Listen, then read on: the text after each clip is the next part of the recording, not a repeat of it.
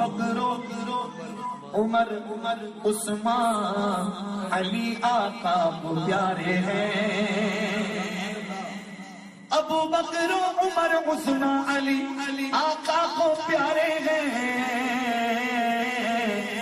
مثال چار یاروں کی جہاں میں پاسبل ہی نہیں، مثال چار یاروں کی جہاں میں پاسبل ہی نہیں۔ اہل تشیع شیعہ گروہ جس کو کہتے ہیں، ان کے عقائد میں سے ایک عقیدہ ہے کہ اللہ تعالی کے لیے بدا ہوتا ہے، اللہ تعالیٰ کو بدا ہو جاتا ہے۔ بدا ہونے کا مطلب یہ ہے کہ اس پر کوئی نئی چیز ظاہر ہو جاتی ہے اور وہ پھر اپنے پروگرام کو تبدیل کرتا ہے۔ ماضی میں وہ نہیں تھی اور اچانک جو ہے وہ جی، لفظ بدا کا معنی ہی اگر سمجھ لیا جائے تو پتہ چل جاتا ہے کہ بدا کی کیا حقیقت ہے۔ قرآن پاک میں اللہ تعالیٰ ارشاد فرماتا ہے ثم بدا لهم من بعد ما رأوا الآیات لیسجننہ حتی حین۔ سورہ یوسف میں سورہ یوسف کا یہ رکوع بنتا ہے، غالباً تیسرا چوتھا رکوع ہے، 1 2 3 4 5واں رکوع ہے۔ اللہ تعالیٰ ارشاد فرماتا ہے ثم بدا لهم من بعد ما رأوا الآیات، کہ بہت ساری نشانیاں دیکھنے کے بعد ان پر یہ بات واضح ہوئی، ان پر یہ چیز منکشف ہوئی کہ کیا کرے لیسجننہ، کہ حضرت یوسف علیہ السلام کو جیل میں ڈال دے۔ یعنی یہ رائے ان کی بہت ساری چیزوں کو دیکھنے کے بعد ان کی بنی، پہلے نہیں تھی کہ وہ ان کو جیل میں ڈالا جائے، لیکن بہت ساری چیزیں دیکھ کر ان پر یہ بات ظاہر ہوئی کہ ان کو جیل میں ڈالے۔ اسی طرح اللہ تعالیٰ ارشاد فرماتا ہے کہ بل بدا لہم ما کانوا، بل بدا لہم من اللہ ما لم یکونوا یحتسبون،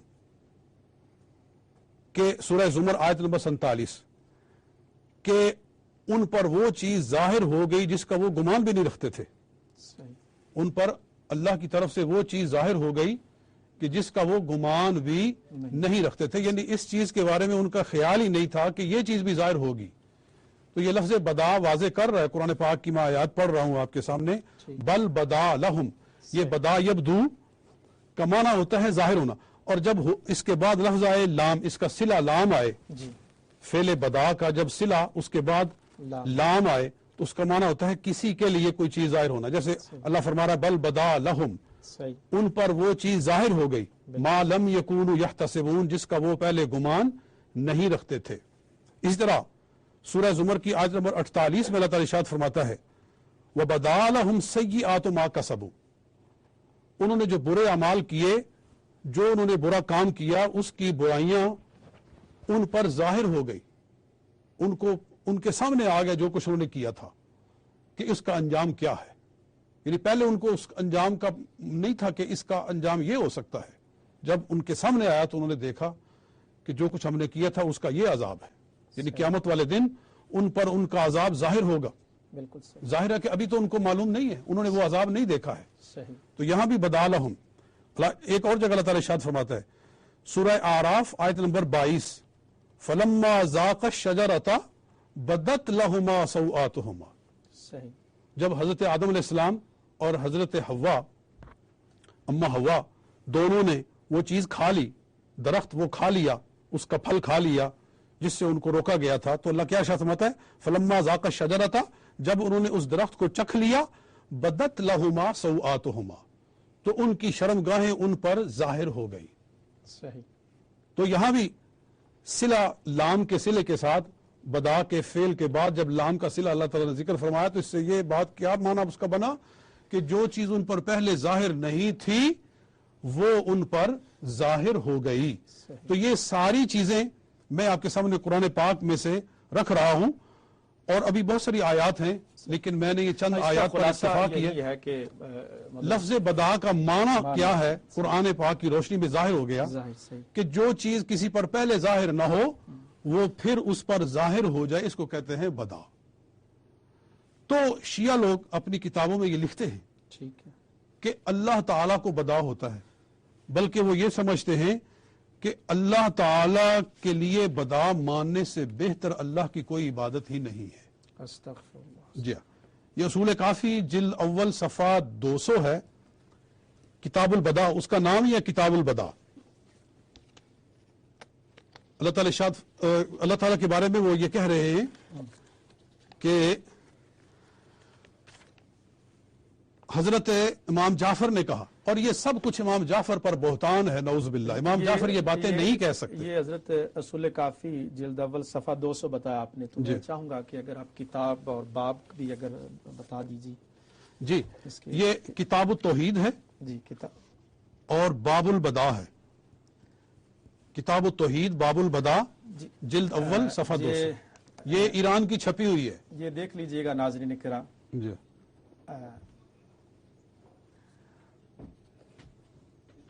جی ناظرین کرام، ابھی یہ اصول کافی ہے کتاب التوحید، اور یہ دیکھ لیجئے کتاب اصول کافی. جی یہ معتبر ترین کتاب ہے اہل تشیع کی، اور اس کتاب کا اب فرنٹ پیج آپ دیکھ رہے ہیں ابھی. علامہ صاحب آپ کو اور یہ جہاں پہ میں انگلی رکھ رہا ہوں، یہ عبارت ہے، یہاں پر دیکھ لیجیے. شاید ٹی وی پہ ہر لفظ نہ آئے، لیکن جو بالکل واضح جو لائنیں انڈر سطور پر جی جو انڈر لائن ہوئے، جو انڈر لائن سطور ہے وہ نظر آ رہی ہے. ابھی انشاءاللہ تعالی جب میں پڑھتا ہوں جی آپ پڑھیے. تو کہتے ہیں جی کہ ما عبد اللہ بشیء مثل البدا، کہ امام جعفر کہتے ہیں، جی امام جعفر ایسا نہیں کہہ سکتے، سبحانک ھذا بہتان عظیم. صحیح. کہتے ہیں کہ ما عبد اللہ بشیء، اللہ کی عبادت کسی چیز سے ایسی نہیں کی گئی، مثل البدا، جتنی کہ بدا کے ساتھ اللہ کی عبادت ہو سکتی ہے. اور اگلے سطر میں یہ ہے کہ ما عظم اللہ بمثل البدا، کہ بدا جیسی عبادت، یعنی اللہ کے لیے بدا ماننے سے بہتر کوئی عبادت اللہ کی نہیں ہو سکتی. اتنا بڑا ان کے نزدیک بدا کا مقام ہے، بدا کی اہمیت ہے.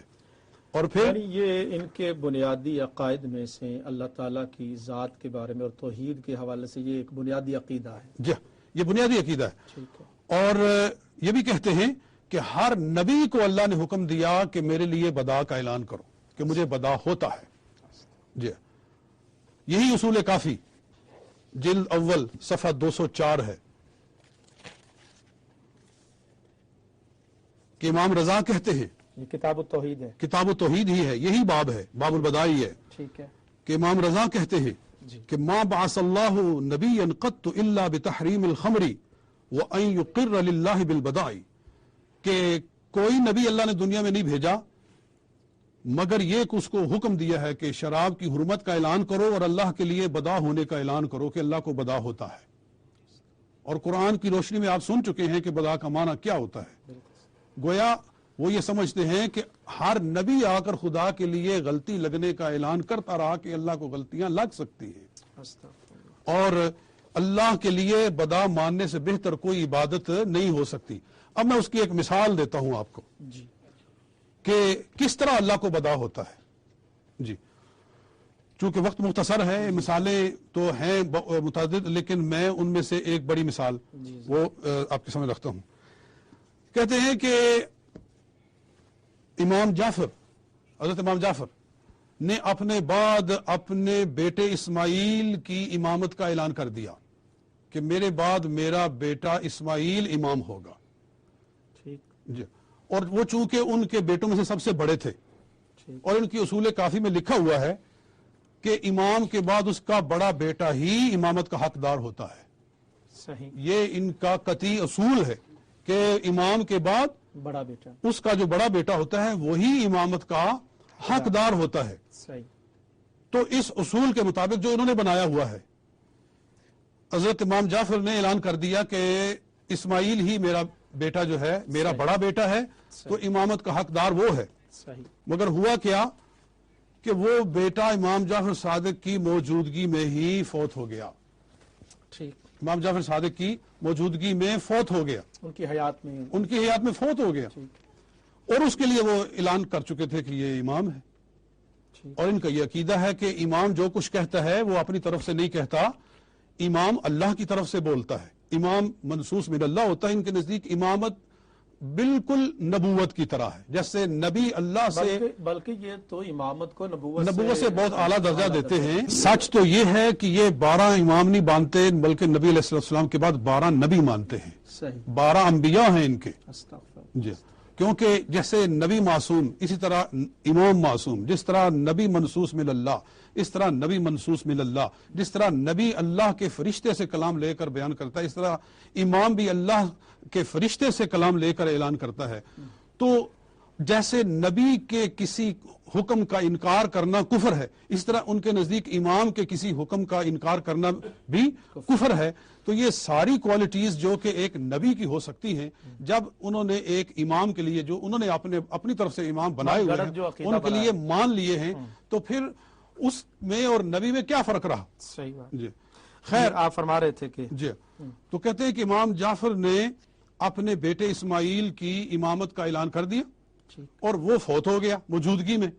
تو اس وقت ان کے 3 گروہ بن گئے جو شیعہ تھے۔ ایک گروہ نے تو کہا کہ لعنت بھیجو اس عقیدے پر، ہم تو اس سے باز ہے، وہ تو تائب ہی ہو گئے۔ صحیح، انہوں نے کہا کہ ایسا ہو ہی نہیں سکتا کہ امام ہو منصوص من اللہ ہو اور وہ جو بات کہے اللہ کی طرف سے سن کر کہے اور پھر وہ غلط ہو جائے، ایسا نہیں ہو سکتا۔ بالکل وہی انکار کر دیا۔ یہ فرق الشیعہ کتاب کا نام ہے، فرق الشیعہ ملا نوبختی کی یہ کتاب ہے، صفحہ نمبر 64 ہے، نجف اشرف کی چھپی ہوئی ہے ہجری 1355 کے اندر۔ جی، تو وہ میں خلاصہ پیش کر رہا ہوں عبارت کا۔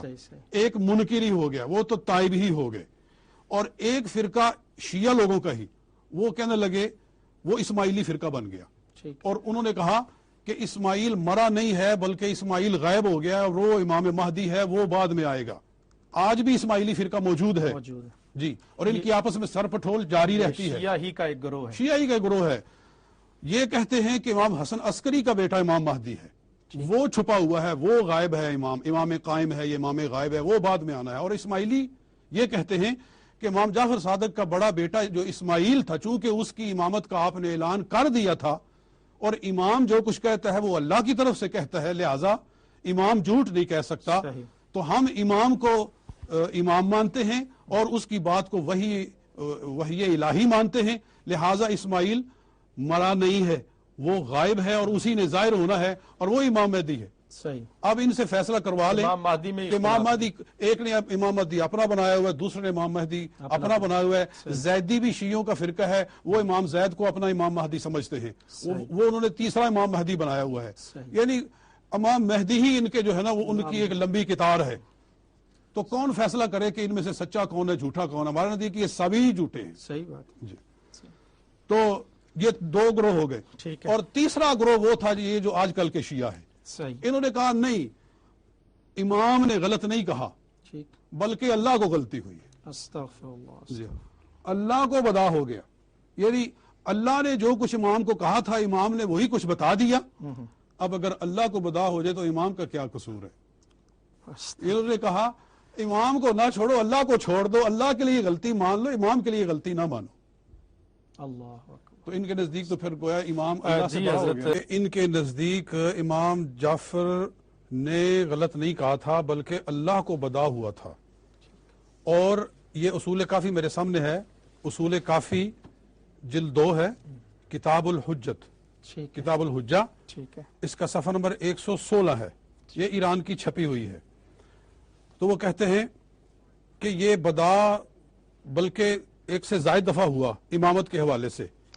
ایک دفعہ امام جعفر کے بیٹے موسیٰ کاظم کے بارے میں اللہ کو بدا ہوا، اور پھر ایک دفعہ امام نکی کے بیٹے حسن عسکری کے بارے میں اللہ کو بدا ہوا، 2 دفعہ ہوا۔ تو وہ کہتے ہیں کہ بدا للہ فی ابی محمد بعد ابی جعفر ما لم یکن یعرف لہ، کہ بدا ہوا اللہ تعالیٰ کو ابو محمد یعنی امام حسن عسکری کے بارے میں، بعد ابی جعفر، ان کے بڑے بیٹے ابو جعفر کے فوت ہونے کے بعد، ما لم یکن یعرف لہ، جس کو وہ پہلے نہیں جانتا تھا۔ ناظرین کرام، ابھی آپ دیکھ رہے ہیں یہ قبلہ قاری صاحب جو عبارت ہے یہاں انہوں نے انگلی رکھی، آپ نوٹ کر لیجیے گا، تاکہ بعد میں بعض حضرات کہتے ہیں یہ عبارت ہی نہیں تھی کتاب میں، اب یہ بالکل واضح طور پر ابھی بدا للہ، جی بدا ہوا اللہ کو، جی بدا للہ، جیسے میں نے قرآن پاک میں سے پڑھا تھا لہم ادھر تھا کہ بدا لہم سیئات ما کسبوا، ان پر ان کی برائیاں منکشف ہو گئی، ٹھیک ہے، وبدت لہما سوآتہما، ان پر ان کی شرمگاہیں نمودار ہو گئی، یعنی پہلے نمودار نہیں تھی۔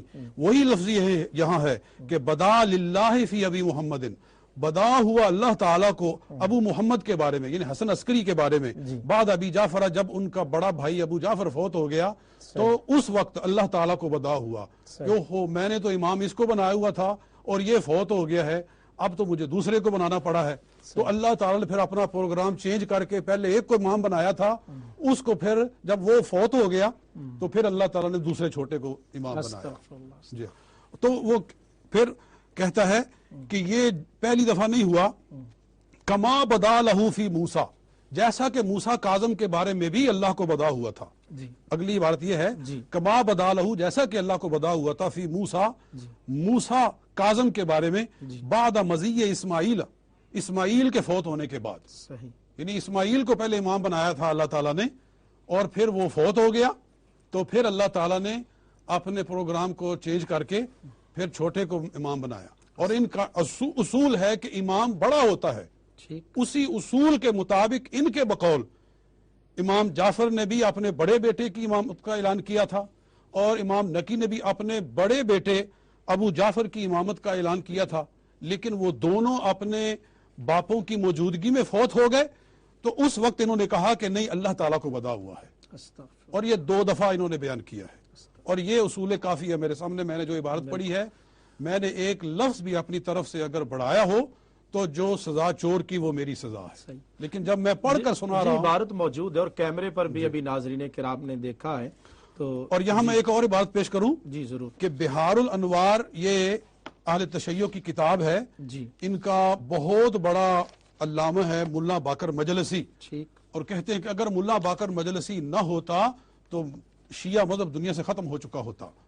اس شخص کی وجہ سے دنیا میں آج بھی شیعہ مذہب موجود ہے، اور کہتے ہیں علوم اہل بیت اگر زندہ ہیں تو ملا باقر مجلسی کی وجہ سے۔ بہار الانوار بڑی ضخیم کتاب ہے، بہت بڑی، یہ مجھے ایک دوست نے ابھی خرید کر دی ہے 117 جلدوں کی، جی تو اس کی یہ جلد نمبر 4 ہے، ٹھیک ہے، ہاں اس کا نام ہے، اس جلد کا جو عنوان ہے کتاب التوحید، ٹھیک، جی یہ کتاب التوحید والا چیپٹر ہے، یہ 4تھی جلد ہے، صفحہ نمبر 122 ہے، ٹھیک ہے، صفحہ نمبر 122 ہے۔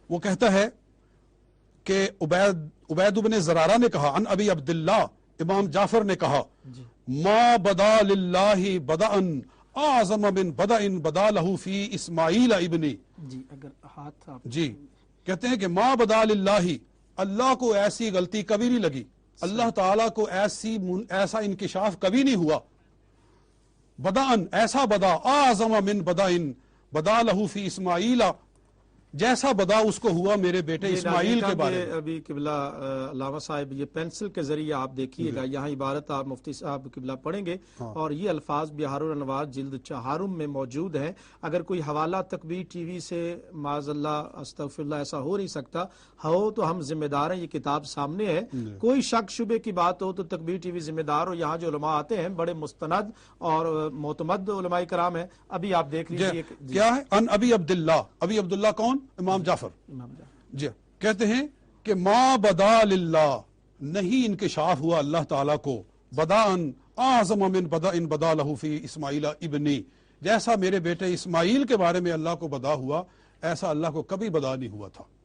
بہت بڑی غلطی لگی اللہ تعالیٰ کو، جی اور یہاں ایک یہ عذر کرتے ہیں، ایک بہانہ کرتے ہیں کہ جی یہ بدا ایسے ہی ہے جیسے کہ آپ سنی کہتے ہیں کہ اللہ کی تقدیر بدل جاتی ہے، صحیح، تقدیر میں تبدیلی ہو جاتی ہے، اور قرآن میں بھی لکھا ہوا ہے کہ اللہ تعالیٰ جو چاہے رکھتا ہے، جو چاہتا ہے مٹاتا ہے، جی یمحو اللہ ما یشاء ویثبت وعندہ ام الکتاب۔ تو جس طرح آپ کہتے ہیں کہ تقدیر بدل جاتی ہے، ٹھیک ہے، اس طرح اگر ہم بھی یہ سمجھتے نگاہ مرد مومن سے بدل جاتی ہیں تقدیریں، جی تو اگر ہم بھی یہ کہہ دیں کہ اللہ تعالیٰ کی تقدیر بدل گئی، صحیح، کہ اللہ تعالیٰ نے تقدیر کو بدل کے ایک کو پہلے امام بنایا تھا پھر دوسرے کو بنا دیا، تو اللہ تعالیٰ تو تقدیر بدل سکتا ہے. بالکل صحیح، وہ قادر ہے. جی تو میں کہتا ہوں یہ بہت ایک عذر لنگ ہے، جی اس لیے کہ اللہ تعالیٰ کے علم میں تبدیلی نہیں آتی. جب تقدیر بدلتی ہے تو ہوتا یہ ہے کہ لوح محفوظ میں جو لکھا ہوتا ہے اس کو چینج کر کے دوسرا لکھ دیا جاتا ہے. تو اللہ کے علم میں تو وہی ہوتا ہے جو کہ ہونا ہوتا ہے، لیکن فرشتوں کو پتہ نہیں ہوتا. فرشتوں کو جو لکھا ہوتا ہے وہی پتہ ہوتا ہے. بالکل جب اللہ تعالیٰ حکم فرماتا ہے کہ اس کو مٹا کے یہ کر دو، تو وہ بدا اگر ہوتا ہے تو فرشتوں کو ہوتا ہے. صحیح، صحیح ہے نا؟ بالکل اگر انکشاف نیا ہوتا ہے تو فرشتوں کو ہوتا ہے نا؟ بالکل صحیح. لیکن یہاں تو ہے بدا للہ، استغفر اللہ. بدا للہ، بدا ہوا، انکشاف ہوا اللہ تعالیٰ کو. بالکل صحیح. آپ کی ساری باتیں ان الفاظ سے بری ہوئی ہے، بدا للہ، یعنی امام جعفر کہہ رہے ہیں ان کے بقول، وگرنہ میں کہتا ہوں امام جعفر صادق ایسا منسوب ہے، کہہ ہی نہیں سکتے. وہ ان کا کلام ہی نہیں ہے. امام جعفر صادق اللہ اکبر، وہ تو قرآن و سنت کا پیکر تھے، قرآن و سنت کے ماننے والے تھے، اس کے پھیلانے والے تھے. امام اعظم ابو حنیفہ کے اساتذہ میں سے ہیں. تو اور ان کی یہ شان، ہمارے بھی امام ہے، لیکن ہم اس اعتبار سے جو ان کا مقام ہے اس اعتبار سے مانتے ہیں، نہ کہ ان کے اعتبار سے جو مانتے ہیں وہ تو بالکل ہی غلط ہے. ہم ان کے لیے یہ چیزیں نہیں مانتے. بالکل صحیح. یہ ہم پر اعتراض کرتے ہیں جی تم فقہ جعفری کو نہیں مانتے. فقہ جعفری میں یہ کچھ گند بھرا ہوا ہے، صحیح صحیح صحیح. تو کیوں مانے؟